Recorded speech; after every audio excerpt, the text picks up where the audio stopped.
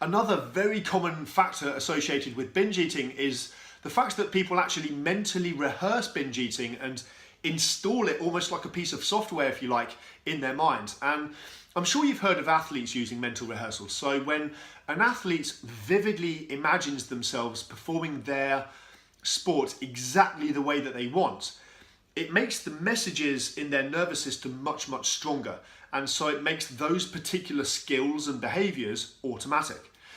Now, the trouble is people are using that very technology to install binge eating and making binge eating an automatic thing that just happens by itself. That's why it feels like it happens out of your control a lot of the time. So, for example, somebody has a party at the weekend, and all week long leading up to that party, they're thinking to themselves, oh my God, I know there's going to be loads of temptation on offer, and I really hope I don't break my diet. So the whole time they're imagining themselves doing that very thing. Maybe their thing is cupcakes, and all they're doing is imagining and picturing cupcakes in vivid technicolor detail in their mind, and they imagine what it would taste like, and if only I could have a taste, what would that be like? And they go into that whole mental rehearsal, and then when they're actually at the party itself, what's the first thing they go looking for? Where are they? Where's all the temptation? There they are. Oh, don't look at them. Don't look at them. Well, what do you think is going to happen? So instead of being in a conversation with somebody and being completely engrossed in the conversation and laughing and joking and reminiscing and just paying all of your attention to that person, giving them their love and support, or catching up, whatever it is, instead of being able to do that and be in the moment, instead they're inside their own head, talking crap to themselves and going, oh my God, I wish there wasn't all this food around me. How could they do this to me? And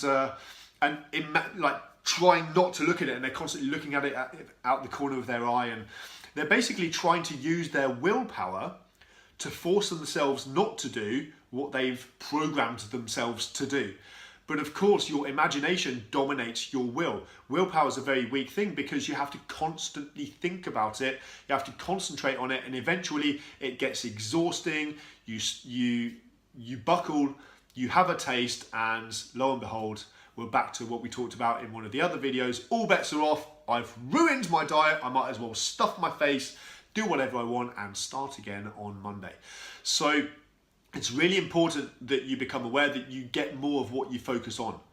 Now, for a lot of people, this is a concept that is very alien to them because they believe that in order to stop themselves from binge eating, they have to think about not binge eating. But right now, I'm guessing, hopefully, you're not shooting heroin into your veins right now. How are you doing that? You're not thinking about doing it.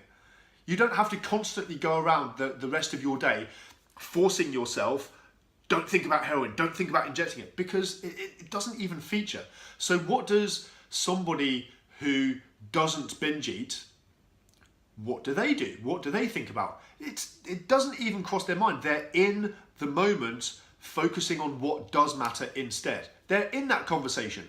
They're talking about the events of the day. They're catching up. They're having a laugh with their friends. Do they notice cupcakes? Yeah. They might look over and go, oh, there's some cupcakes.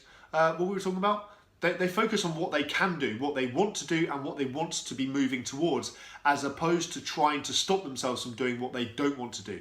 And this is one of the most important principles for people to learn, is that you get more of what you focus on.